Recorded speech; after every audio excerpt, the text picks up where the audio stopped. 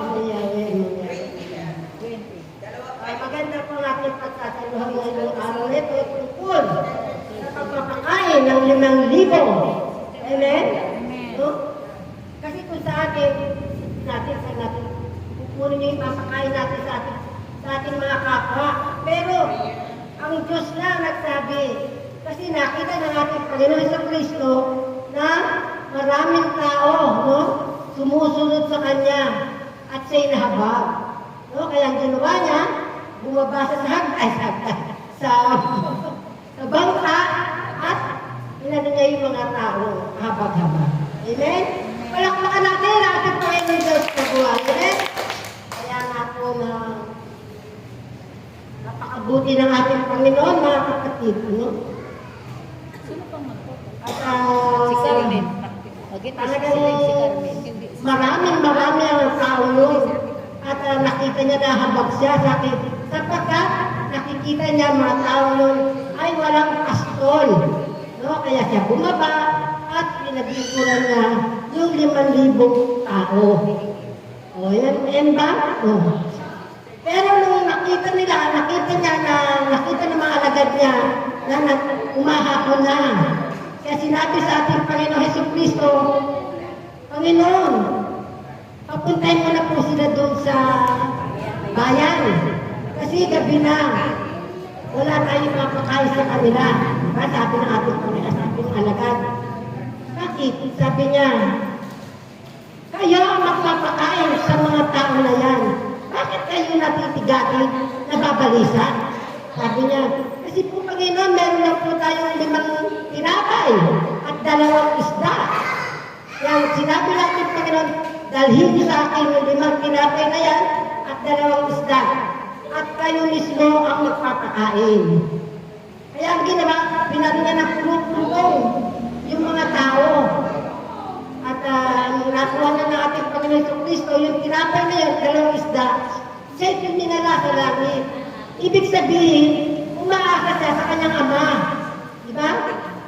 At pagkatapos na yun, siya nagpasalamat sa atin ng Yahweh. Ang ginawa niya, pinarapiraso niya yung tinapay at kinukunin mga isda. Binigay niya sa kanyang mga alagad at pinamudmud niya sa mga tao. No? Ano nangyari? Ipihimala, mga kapatid, kung paano pinagkasa ng ating Panginoon sa Kristo yung 5 tinapay at 2 isda. Kasi mga kapatid, wala namang hindi imposible. Lahat ay posible sa ating Panginoon. Amen ba? Malakas ang palakpak sa ating Panginoon Diyos na buhay. Sapagkat ang ating Panginoon ay makapangyarihan. Magagawa niya ang lahat ng bagay. Amen? O. Kaya nung nakita niya, nung napakain niya yung 5,000 tao, mga bata, babae, ito'y nabusog. Kumbaga, multiplication yung ginawa ng ating Panginoon, di ba? Yung 5 isda, sa dami ng mga tao na yun, multiplication, ibig sabihin, di ba? Kaya, ano nangyari nung nabusog na yung mga tao, may natirang pang 12 bakon. Alam yun? Sobra-sobra pa.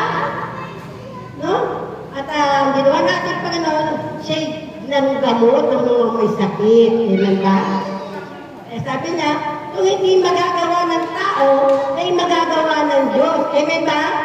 Walang imposible. Lahat posible. Amen? Oh. Kaya kumbaga sa kasi may sinabi ating Panginoon kung kayo'y napapagal, lumapit kayo sa akin. Di ba? At kayo'y aking pagpapakainahin. Amen ba? Tama naman yun. Kasi lahat ng nangyayari sa ating mga buhay ay ginagawa ng ating Panginoon na makatarungan. Amen? Oh. Kaya nga, tayo'y lalapit sa ating Panginoon. Iaalay natin ang lahat sa ating buhay. Ang ating kahirapan, ang ating mga karamdaman. Siya lang ang tunay na manggagamot.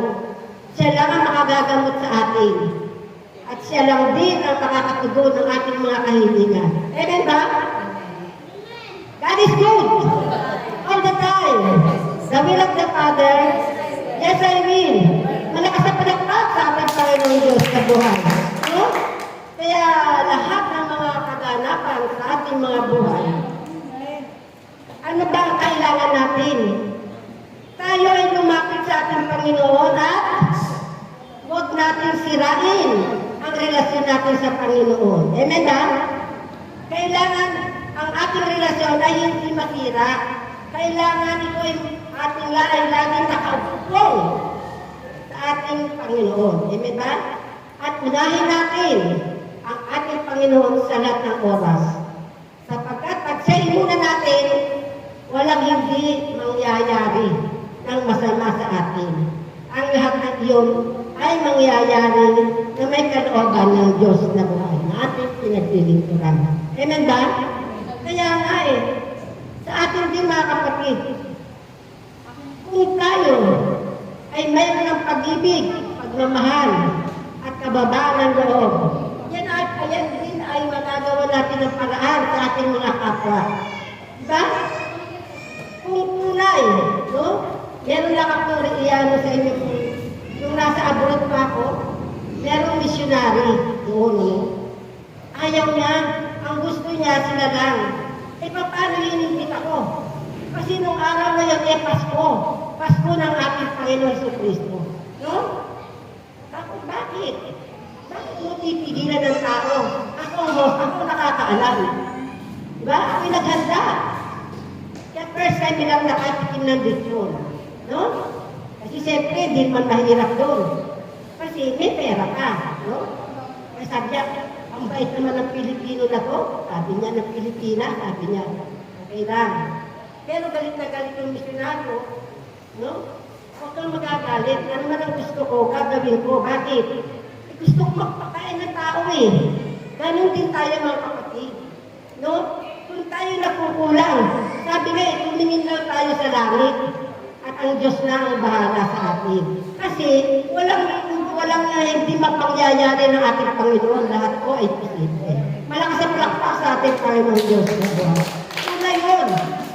Kung ikaw ay tunay na umiibig, tunay nga na anak ng Diyos, magagawa mo yun. Gagamitin mo, no? Magkulang ka man. Ama, bahala ka na. So yun. Doon ko nakita na nagpakain ako ng tao, no? Dahil sila'y sabik sa ating mga pagkain. May naglalagay sa panyo, may naglalagay sa bantana, no? Kasi nga, kulang sila sa pagkain hindi sila makakain ng gano'ng kasarap. Diba? Natutuwa ko at nakita ko, sige, marami pa dyan. Sabi ko, marami pa dyan pagkain. Sige, magbalot kayo. Diba? Ganyan, hindi naman sa ano, ganyan ako po sa abroad. Mapagbigay ako. Diba? Ito ko nakita na may naglalagay sa panyo, may naglalagay sa bandana. No? Oo, ha?